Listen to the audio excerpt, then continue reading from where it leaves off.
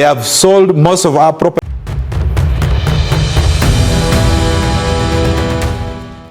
Welcome back to the podcast. In this video, we're breaking down the heated exchanges and sobering realities exposed on the latest edition of NBS Frontline. As political maneuverings intensify and the state tightens its grip on civic spaces, the panelists do not hold back. From the shrinking space for civil society to political appointments shaking up the establishment, the debate offered a window into the current state of Ugandan governance. Let's look at the key takeaways that defined the night.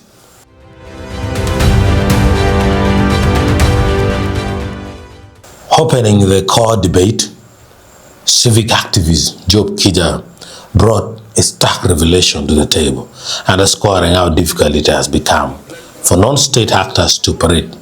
We have 10 NGOs that were closed because they were exposing corruption in governance and democracy, Job Kija said.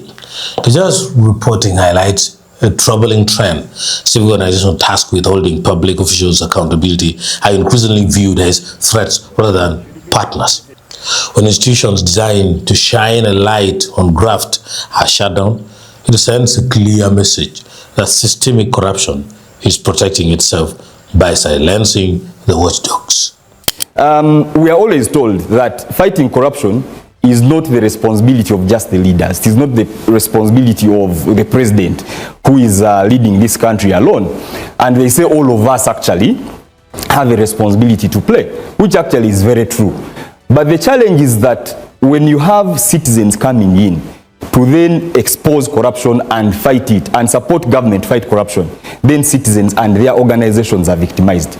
As we speak, we have 10 NGOs that are closed. Why? Because they are exposing corruption in governance, in democracy, in human rights, because of an abuse of rights. Like we are seeing all these things which are ongoing, abductions, abuse of due process, the abuse of the judicial processes, all this is corruption. When you abduct somebody for a month and then you produce them later and clear them, the DPP sanctions files, there's I think a member of NUP that was abducted for about a month around elections time. He appeared and the DPP sanctioned a file of a traffic offense. So the question is, why would you disappear somebody for a month and then take them to a torture chamber and do whatever to them, and then you charge them for obstruction of traffic? Does obstruction of traffic necessitate someone to be disappeared for a month?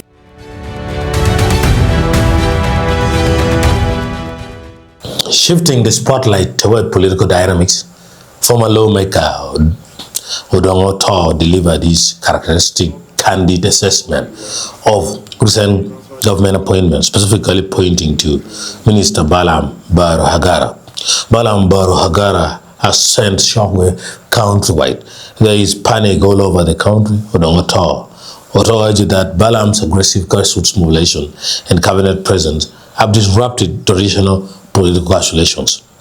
The ripples are being felt across both the opposition and ruling party structures, leaving political actors scrambling to recalibrate their strategies in response to this unconventional force. There are 3 levels of corruption.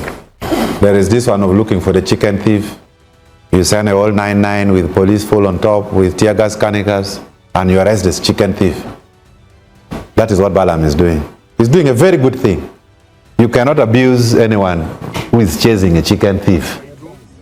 So at a micro level, Balaam has sent shockwaves. There is panic all over the country. I even tweeted that those who produced the Oxford English Dictionary should consider bringing a new concept called Balaam effect. Chicken thieves? No, there's general panic. All the civil servants are even talking in bars. Some are even looking at me now that, this Balaam may come. So, is arresting the micro thieves, maybe macro. But as a politician who has been in opposition for long, there are certain questions we should answer. President Amin left 17 properties for Uganda government in London. How comes there are only 2? There is the residence of the ambassador and the one at the Trafalgar Square. Who sold the other 15? Isn't that corruption? Uganda Dairy Corporation with branches all over Uganda was sold for $1. Isn't that corruption? Bank of Uganda with all the branches, BOU building, that you now call Cham Towers, was sold, and the annex, UCB, the annex was sold on Christmas Day. It was a gift actually on Christmas Day, the main building. So, Attack Sugar, you have given Attack Sugar in the north 700 billion shillings. We don't even have 1 spoon of sugar. Otto saved his sharpest critique for the state's anti-corruption machinery, using a vivid analogy to illustrate how selective justice continues to undermine public trust.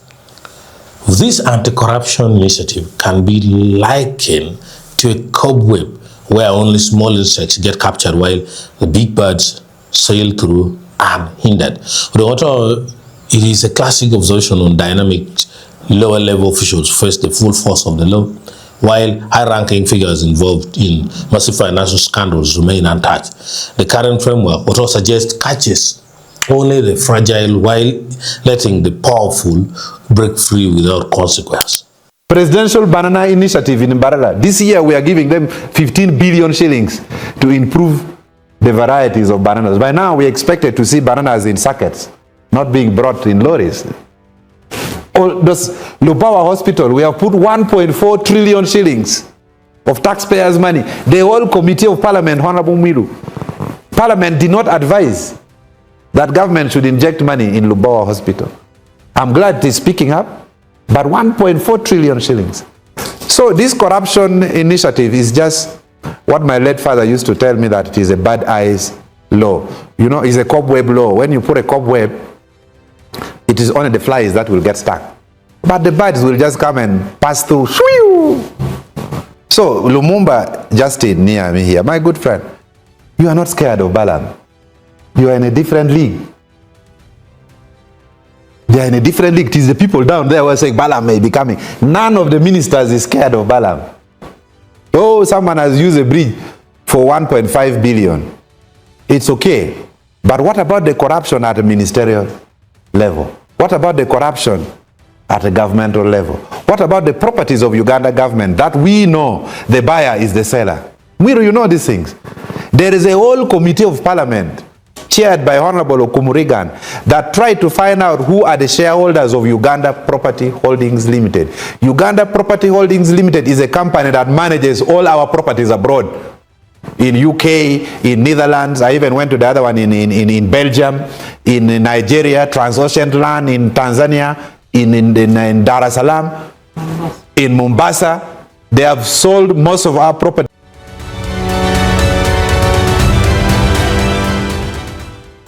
That wraps up our recap of this week's NBS Frontline. The takeaway is clear.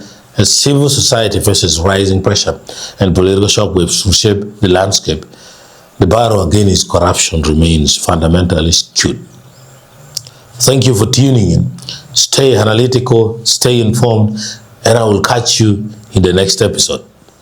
Now, Minister Balaam, with all due respect, this is one of the roads that leads to Muni University. It has been constructed. Yesterday I went to sleep. I woke up in the morning. I found the road is already constructed. Right now, to sleep in Uganda, you wake up with the expectation maybe the road is already constructed, or they have one day we shall just wake up, we shall find flyover. Anyways, if you see this road now, it is at a stage in agriculture which is called mulching. You know, mulching is where you prepare the land, the garden, for planting now. This road is now in that stage of mulching. But since this is a road, not a garden, we are now hoping for Maram. But who knows, if I go and sleep again tonight, I'll wake up tomorrow morning, I'll find Maram. Let me show you.